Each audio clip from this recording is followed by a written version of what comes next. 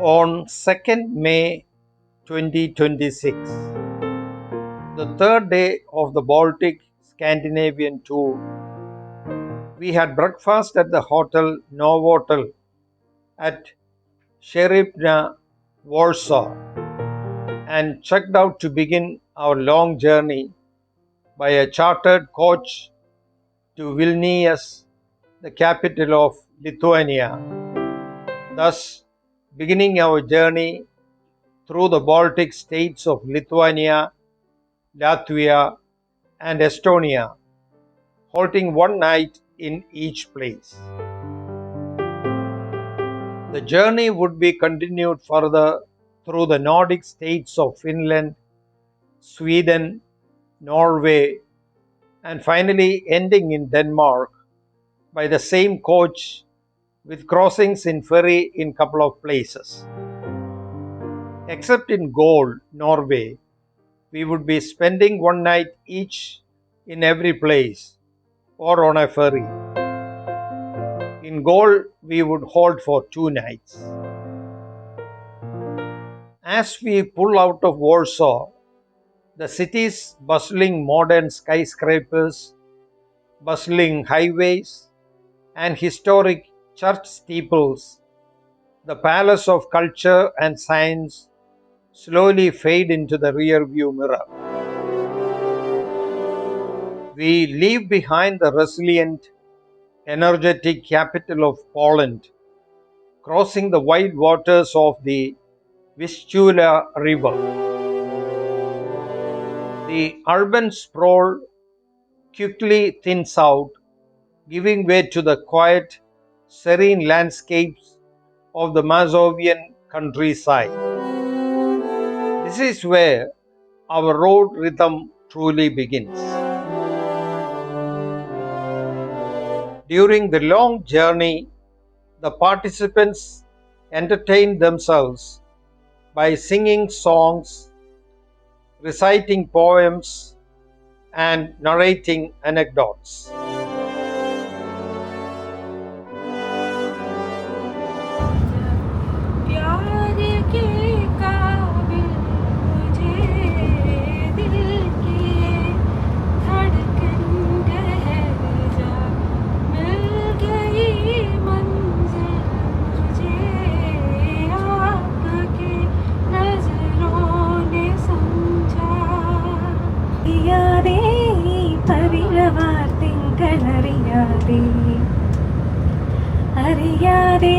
അറിയാതെ പവിഴവാർ തിങ്കളറിയാതെ അലയാൻ വാ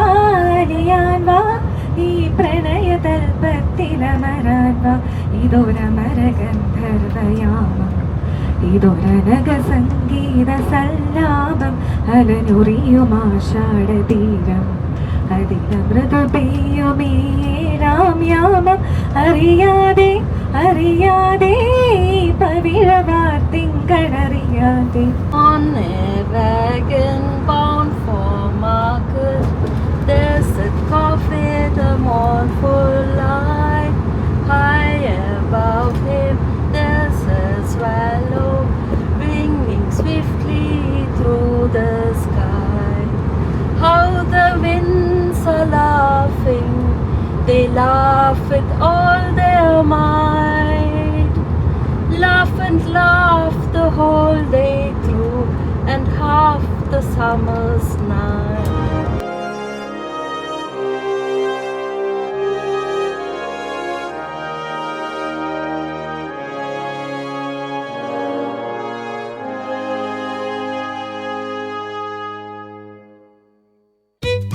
As we go forward, we can watch the horizon open up into vast, flat agricultural fields that seem to stretch out endlessly toward the sky. This region of Poland is a thriving European breadbasket. Depending on the season you travel, this landscape becomes a living canvas of brilliant colors.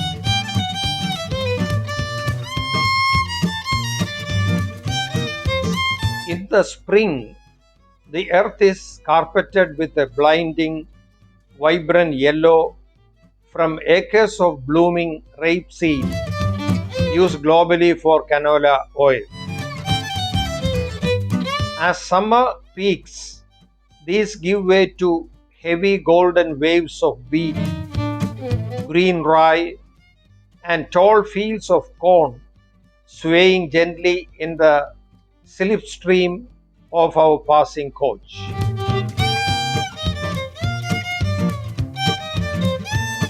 Agriculture here is a deeply rooted way of life, seamlessly blending historic family traditions with modern large-scale farming technology.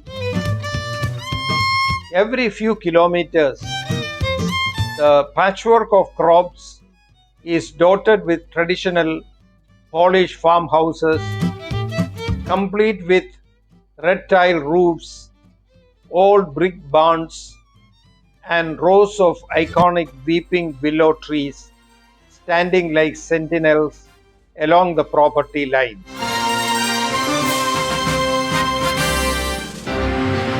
Tractors move methodically across the soil, kicking up dust plumes that catch the afternoon sun, painting a picture of rural peace and productivity.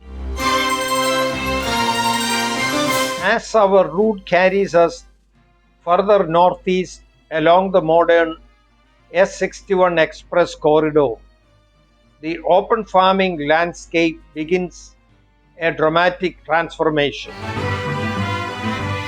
The wide open skies narrow as we enter the celebrated green lungs of Poland.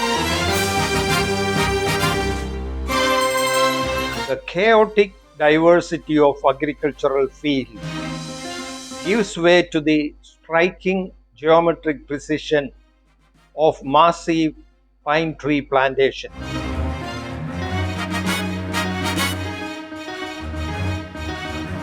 These managed forests are a marvel of sustainable forestry. Look closely at how the trees stand in perfect, immaculate rows. Thousands of tall, straight Scots pines reaching directly for the sunlight.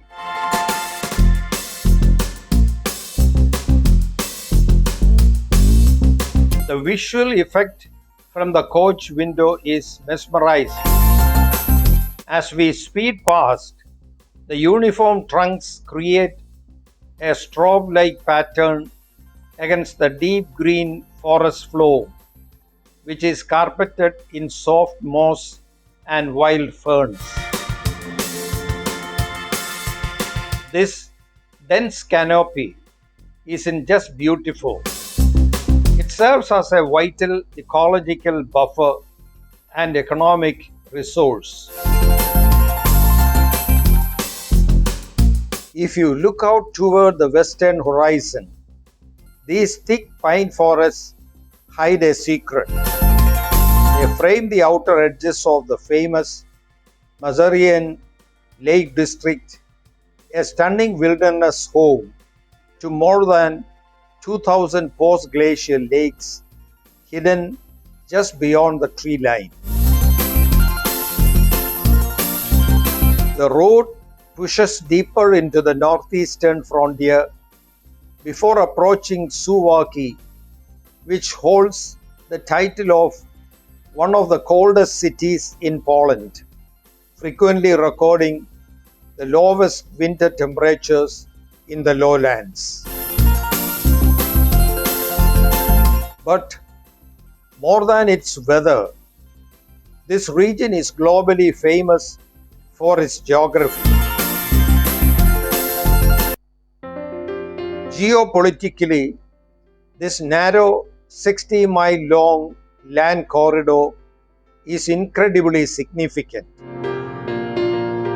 It is sandwiched tightly between the borders of Belarus to the southeast and Russia's Kaliningrad enclave to the northwest. It represents the only land link connecting the Baltic states to the rest of the European Union.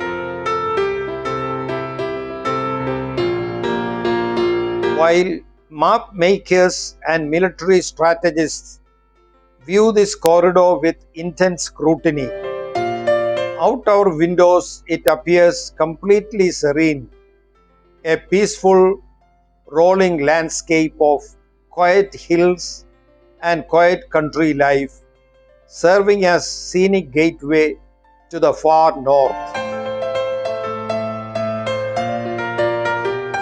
Although everybody was looking for the historic Polish-Lithuanian border at Budzisko, we somehow missed it as both nations are part of the Schengen zone. There are typically no permanent passport control stops. In decades past, this crossing would have meant long lines, strict passport checks, and nervous waits in front of armed guards. Today, however, thanks to the Schengen Agreement, our crossing is wonderfully uneventful. There are no queues, no passport checks, and no delays. The coach barely even slows down as we make a seamless transition between two sovereign nations. As our tires roll across the invisible borderline into the Lithuanian town of Kalvaria, a subtle but distinct shift happens. The language on the highway sign shifts to Lithuanian. The radio waves fill with Baltic music, and we have officially entered the second country of our 8-nation tour. Lithuania welcomes our coach with an undulating pastoral landscape of rolling meadows and pristine winding river valleys. As we press further inland, our highway skirts the edges of Kaunas, Lithuania's dynamic second largest city. Positioned strategically at the confluence of the two largest Lithuanian rivers, the Nemunas and the Neris, Kaunas is a city steeped in immense historical pride.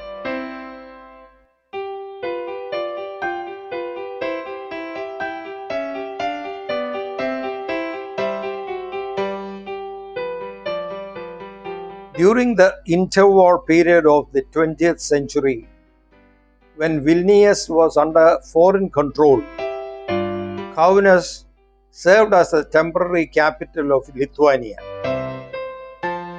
This brief era sparked an incredible boom, leaving the city with a world-renowned collection of vibrant modernist architecture.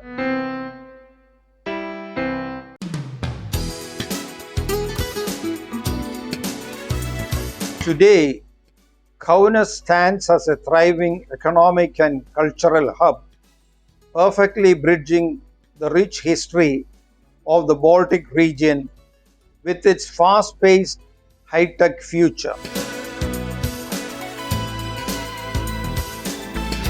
As the afternoon light softens into a warm evening glow, the rolling Lithuanian hills begin to frame a growing skyline ahead. We are finally entering the outskirts of Vilnius, the capital city of Lithuania. The landscape makes its final transition, shifting from the quiet rhythm of the countryside to suburban lanes and ultimately to the cobblestone streets of the city center. Vilnius greets us with its famous skyline, a breathtaking sea of red tile roofs punctuated by the elegant soaring spires of Baroque churches.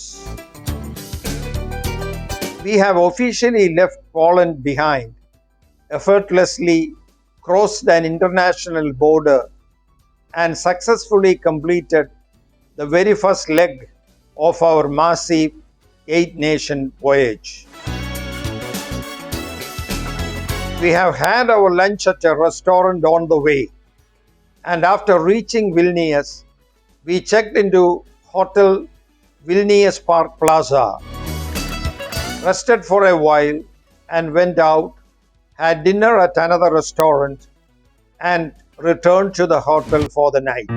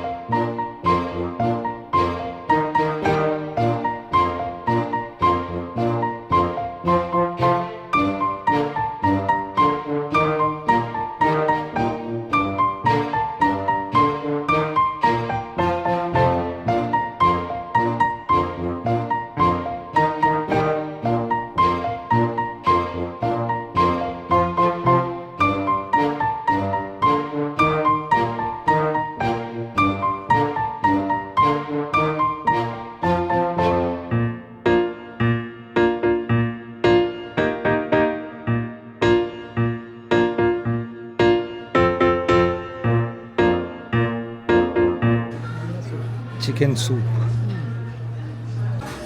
rice and chicken curry.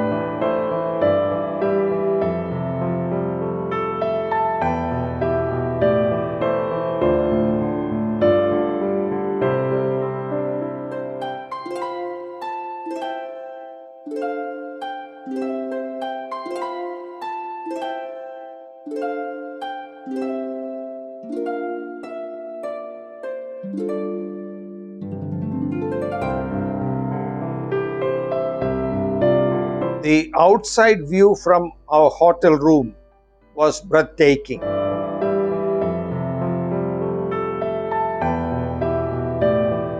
After the tiring, long journey, we soon retired for the evening.